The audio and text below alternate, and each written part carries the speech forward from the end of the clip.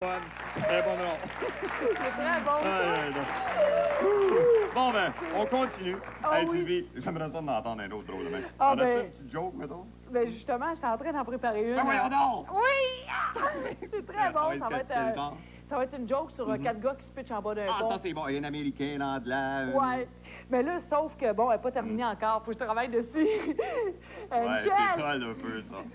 t'en aurais pas une, toi? Il est bon là-dedans, Michel. Michel! Michel! Une joke? Oui, j'en ai une, là, c'est le... Je l'avais tantôt, celui qu'on a. OK, moi, je m'en rappelle plus, mais j'en connais un qui en a des bonnes, des jokes assez de nous faire rire. C'est Pierre Brassard. Lui, il a des bonnes.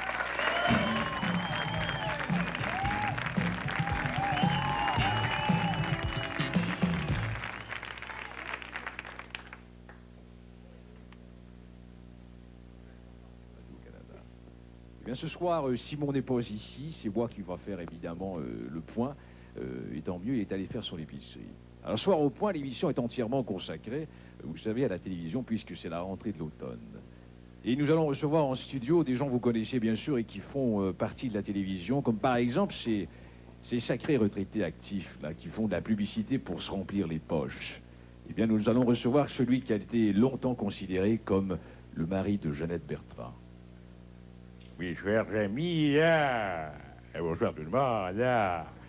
Mon nom, c'est Jean la Jeunesse, là. Moi, vous savez, j'ai fait de la publicité pendant longtemps, là. J'ai annoncé le café Maxwellas, là. Bon, jusqu'à la dernière goutte, là. Maintenant, j'ai vieilli, fait que je suis pris de la goutte, là. Chers amis, là.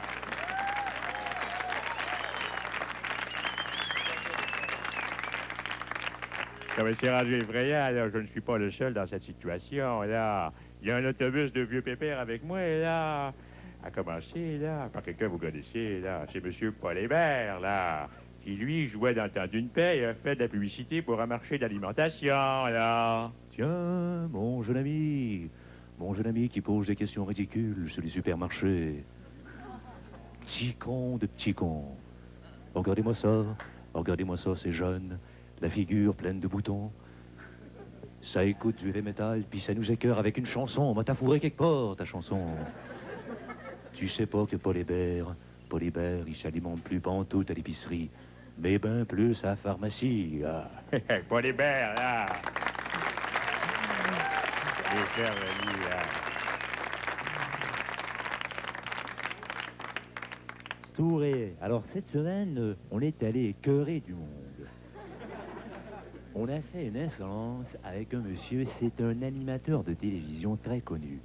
Il est écœurant. On a fait ça très facilement, l'insolence, parce que le bonhomme, là, il est insolent lui-même. De Montréal, c'est Adlib.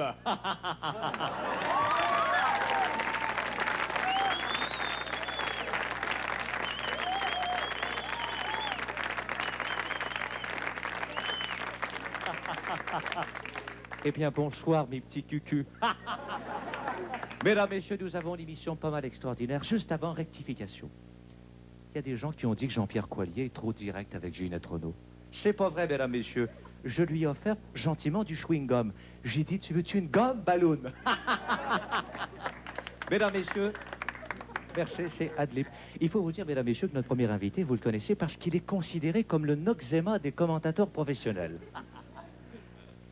Eh bien, chers amis, je pense que l'heure a sonné. Je pense que l'horloge ding-ding dans tous les sens et qu'il est maintenant moment venu pour comparer l'amour et le hockey. Et tout comme en amour et au hockey, il faut faire attention de ne pas avoir un bâton trop élevé. Parce que si on va en échapper, on risque de pénétrer en zone adverse et de se ramasser avec quelqu'un au repêchage 9 mois plus tard.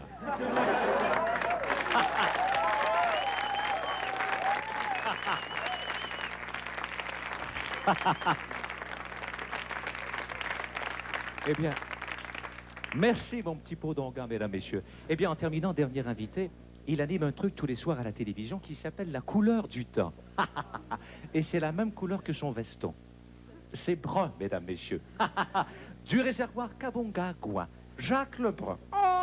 Dans l'ensemble de la province, eh bien, disons que les températures sont tout à fait normales. Jacques, on le sait qu'il va